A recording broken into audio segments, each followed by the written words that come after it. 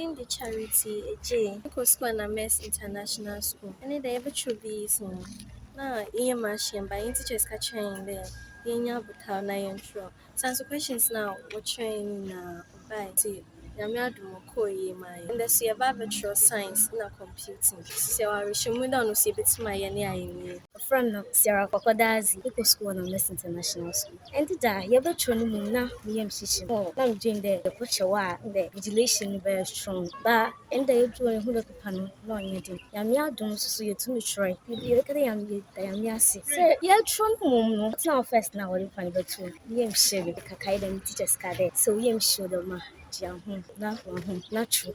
See, I'm not doing, yeah, fine. Within the Larisha Tete all the way from Tarkwa, Yabesho BECE Fiasek.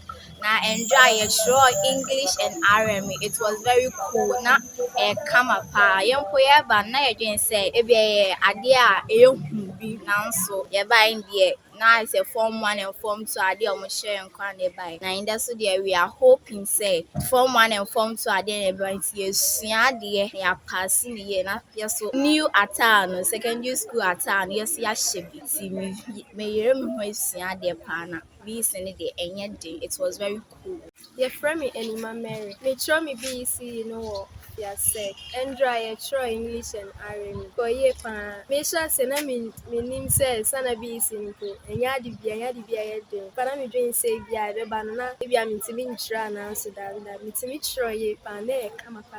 See, me sia de pa so de be ya and then me try science and computing. And so me timi a try na matete paper no cry. Me ata eje piara na enjoy English and RME na ko ye my na ye mpo na ye ya hu say ebia ebeba no na ye ade edin bia but form 1 ni form 2 ade na mo kire ye no na eba ye nti ene so ye Sarah de say ye ndro ye ma ye no besia ya ma ye ende